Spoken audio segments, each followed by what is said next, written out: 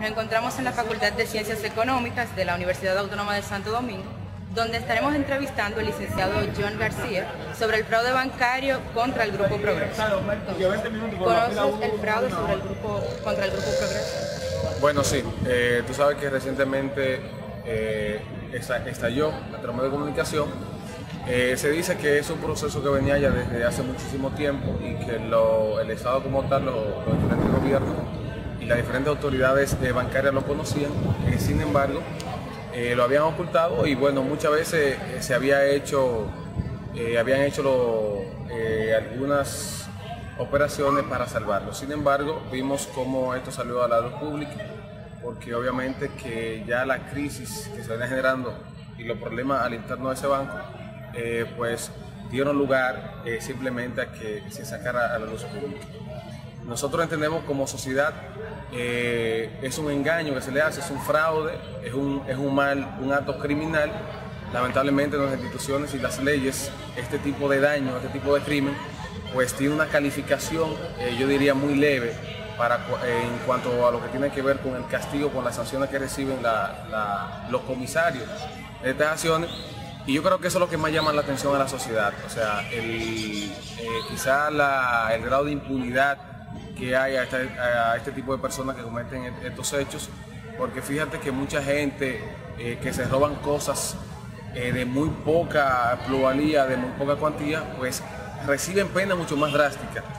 Y yo creo que jugar con los ahorros de toda una vida, de una familia, de una persona, yo pienso que es un acto sumamente criminal, es un crimen agravado, y yo creo que se debe imponer la pena máxima. Yo creo que esas personas deben ser juzgadas, condenadas, y que todo cuanto aquello tengan y se compruebe que ha sido producto de estas acciones, pues yo creo que también debe ser confiscada y devolverse a la persona ahorrante y que han perdido toda una vida de trabajo, toda una vida de ahorro.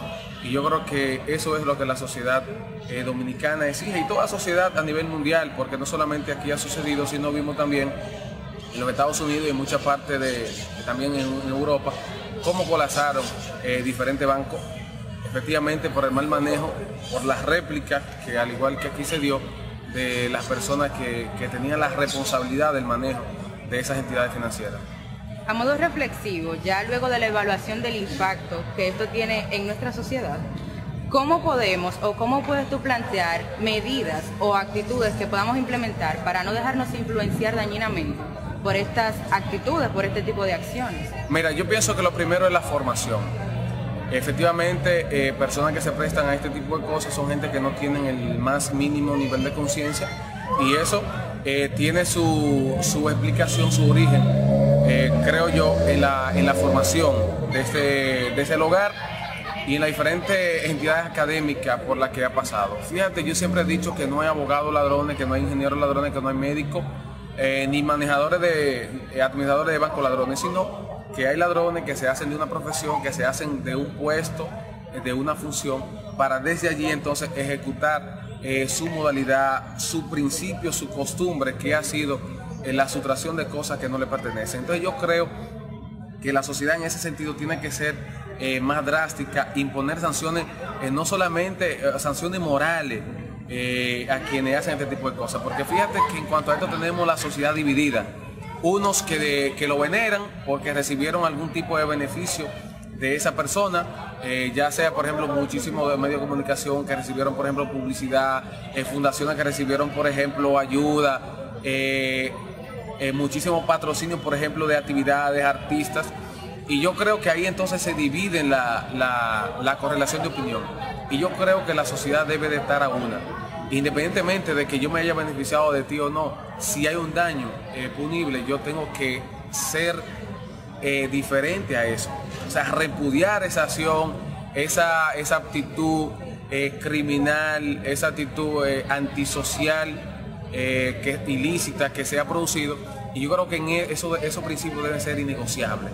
Y yo creo que lo que le falta a esa sociedad es esa lucha. O sea, es una gran crisis de moral que estamos padeciendo nosotros, esta generación, esta sociedad, y es lo que el sistema educativo nacional, lo que la sociedad, y yo pienso que debe empezar a trabajar para que en todos los niveles pues esa conducta sean eliminadas y efectivamente que no se vuelvan a repetir.